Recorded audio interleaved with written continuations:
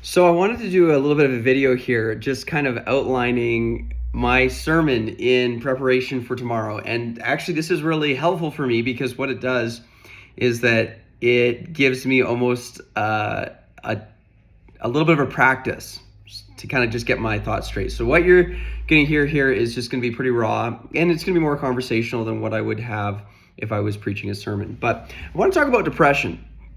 Depression is one of probably the most common mental illnesses, mental, whatever you want to call it, mental issues, I guess you could say, that people experience. And it's one of those things that no matter who you are, you're going to be facing it sometime in your life. And it happens after good events in your life. It happens after bad events in your life. And there's physical factors that bring it on. There's mental factors that bring it on.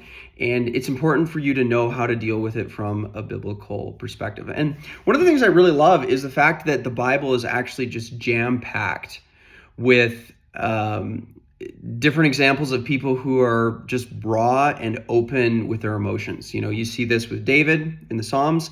You see this with Job in the story of Job and, the brokenness that he experiences. And then you also see it in the person of Elijah. Now, Elijah is an interesting character because Elijah he's a political force, a political and spiritual force in Israel during the time of the kings. And he's during the reign of King Ahab. And during the reign of King Ahab, Israel is actually in a really dark place. So Israel has fully given itself to Baal worship.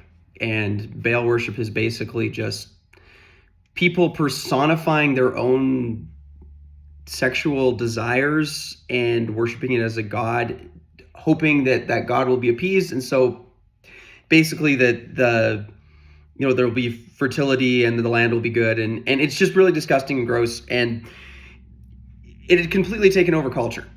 And that is, there's actually some parallels, I would say, in a certain sense, to the sexual revolution that we see here today in our culture, and also what you see in Elijah's time. I don't think it's as bad as it is. I don't think it's as bad today as it was back then. But I do think that there's some parallels. And so Elijah actually is standing up against this, and he's doing a great job. He's bold, he's unashamed, he's seeing miracles happen, he's following God, and it's amazing. And so basically during one of these times, he actually challenges the prophets of Baal to a showdown. And in that showdown, he basically says, here's how it's going to be. Let's do a challenge. We'll bring an altar before our prospective gods, and whoever can call down fire from heaven, that's the God that we're going to serve. That nationally we're going to serve. And so it's actually it would be like, if it happened today, it would be like a really big and publicized event. Like the who's who shows up, all the celebs are there, the king's there, I'm sure, all the religious leaders are there, so the prophets of Baal are there. And so Elijah actually says, okay, you guys go first. And so they do. And they spend like days crying before Baal, cutting themselves before Baal. And Elijah's actually a really kind of funny character. He's just, while this is all happening, he's just sort of mocking the prophets of Baal. And it'd be kind of funny to be there, actually. I think it would be hilarious to see. He's almost making these sort of like Donald Trump sort of jabs. So it's just comedic. It's funny. He's like, oh, I could just imagine, like, no, I don't want to make it so that you think of Donald Trump when you think of Elijah. But it would be like Donald Trump saying, oh, maybe your God is sleeping and maybe you need to wake him up. Yeah, that's sweet. Basically, that's what Elijah's doing. He's saying, okay, so maybe your God's gone on a journey. Then maybe that's the problem, huh? Ever think about that? Maybe he's sleeping. You need to wake him up. And so he's doing all these things, and then it is Elijah's turn. And Elijah shows up, and to really make a statement, he absolutely soaks the sacrifice, covers it with water, pours water around it, and then he prays this simple prayer, and bang, the fire of God falls and completely consumes Not just the sacrifice, but the wood and the altar. There's like literally nothing left. And God makes this powerful statement on the behalf of Elijah. And it's awesome and it's amazing. And there's just like no doubt. There's no doubt. It's interesting. In that crowd, I think, and I could be wrong on this, but in that crowd, I really think that there were people who were kind of muddle grounders. And actually, I think Elijah actually references this. Why stand you in kind of limbo? Like, if the Lord, he's God, serve him. And I think there was these people that were sort of like, I don't know, like, I'm not really for all that weird radical stuff that those prophets are doing, but I'm not really sure if God is faithful. And in this moment, there's this incredible decisive victory, and God shows up in a powerful way. And I think there's actually, this is not the point of what I'm talking about here, but I think there's a little lesson for us there. So God, when God does something miraculous and powerful in a public way, there's an incredible opportunity for the muddle grounders to be converted. So in other words, when you as an individual, as a preacher, as a average Christian, see something powerful happen in your life, God does something incredible for you. It's an opportunity for people to be like, yeah, God is real and God is powerful, and I need to serve that God. Whoever is the God of this person right here, that's totally the person that I need to serve, because the God that I have, or the God that I don't have, or whatever, that myself or whatever, is not helping, and I need God, and God is real. And so there's this incredible thing that happens, and God is victorious. Then after that, in 1 Kings 19, we see Elijah kind of fall into this depression. And there's a few things that kind of happen. He runs a really long time. He goes on this massive journey, and he is absolutely exhausted. Have you ever been there before? Like, you work really hard. You have this really powerful, really exhaustive event that happens, and then like you just start feeling tired. And I know in my own life, sometimes what happens is that after a big event where I've just given it everything, I can start feeling tired. And when I start feeling tired, my mental state just starts kind of it starts getting really bad. Like, I'm not thinking about things the way they are. I'm sad. I have a little bit of more of a melancholy vibe, and I have a tendency to like meditate on things that are not necessarily the most hopeful, and that can really mess up my mental health. And we actually see that with Elijah as well. So he's exhausted. He runs. He does this incredible run, and then he goes on this big journey. And we find Elijah in 1 Kings 19 just in a state of complete depression. Like, the guy is just completely beside himself with sadness.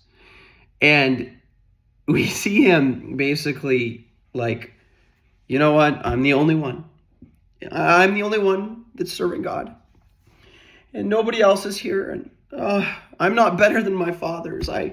He's so down on himself. He's self-focused. He's inner-focused. He's thinking about himself, which is actually another thing to think about.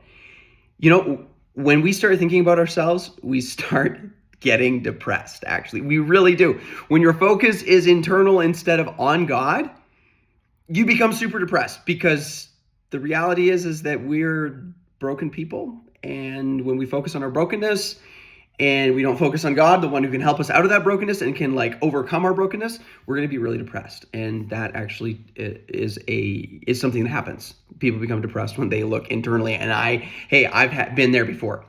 But that's what happens with Elijah. And so it's interesting what God commands him to do. He sees Elijah. He hears Elijah.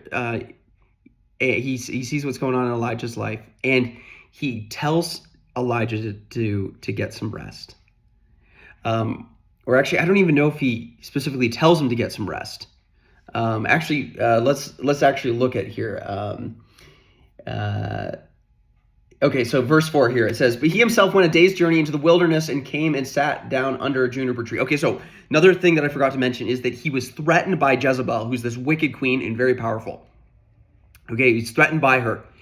And basically, it's a death threat. It's like, I'm going to kill you for what you did to my prophets. And so, which is kind of interesting because, like, you would think that Elijah wouldn't be scared after what he saw God just do. But anyway, sometimes when we get depressed, again, things get distorted. And anyway, so and he arose and went for his life and came to Beersheba, which belongeth to Judah, and left his servant there. But he himself went a day's journey into the wilderness and came and sat down under a juniper tree and requested for himself that he might die and said, it is enough now, O Lord. Take away my life, for I'm not better than my fathers. And God doesn't actually command him to sleep, but here's what he does. Here's what happens. And he lay and slept under a juniper tree. Behold, then an angel touched him and said unto him, arise and eat.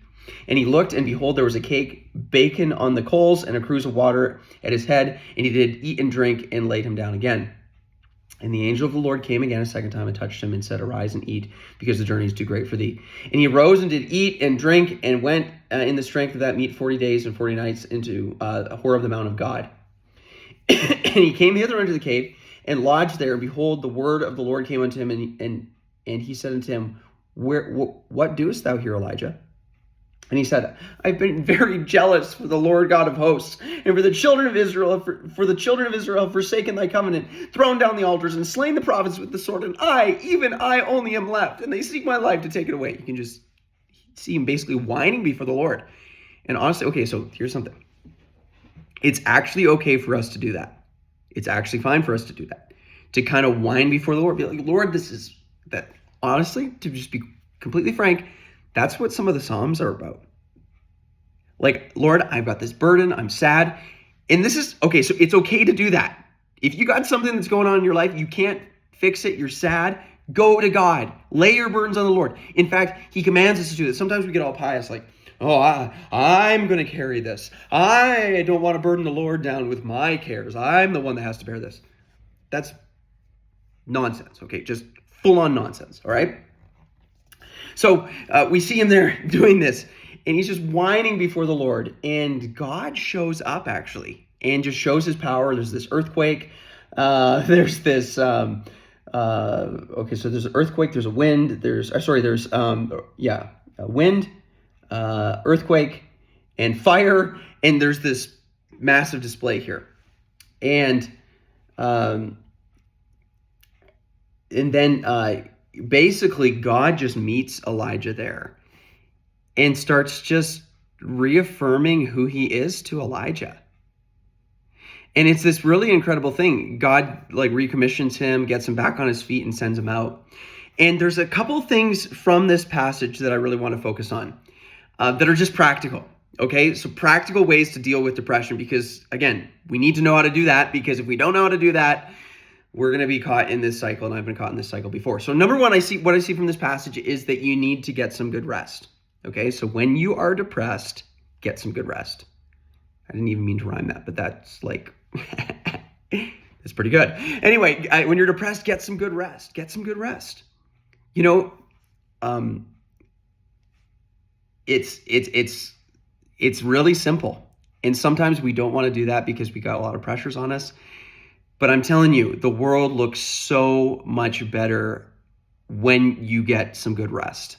So if you're feeling depressed, go and get some good rest. Number two, get a good meal.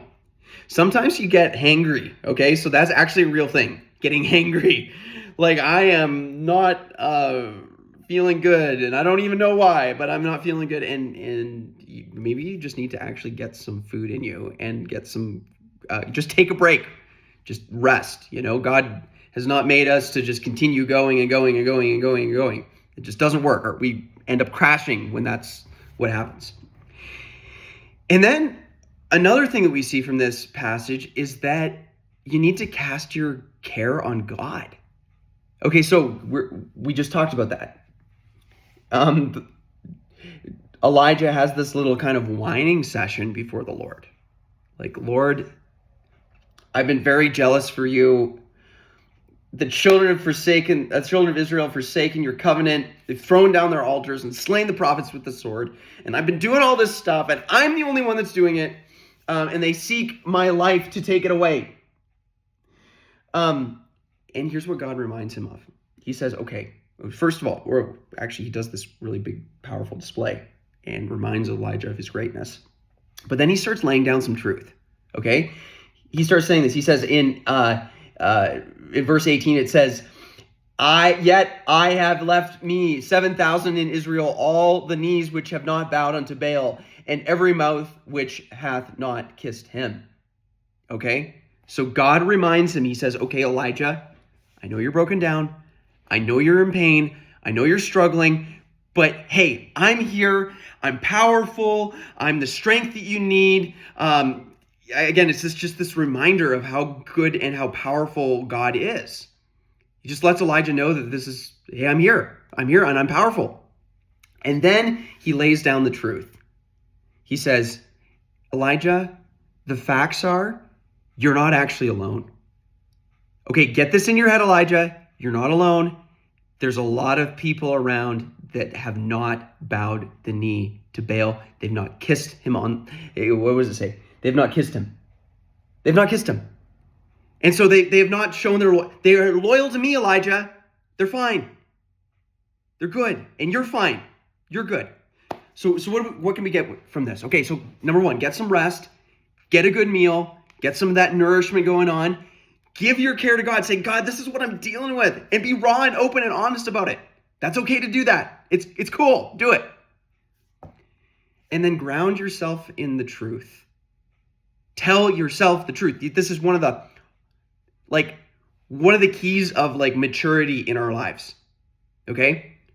When we get to the point where we can talk ourselves out of our depression, we know that we're mature, actually emotionally mature. And that's a skill that we need to develop. When you're depressed, you need to remind yourself of the power and presence of God. And you also just need to tell yourself that you're not alone. And there's other lies too that it could be, this is the specific lie that Elijah was believing, but there are tons of lies that we believe that we get depressed about. Whatever that lie is, you need to identify it, you need to uproot it, and you need to replace it with truth. Okay? That's what you need to do.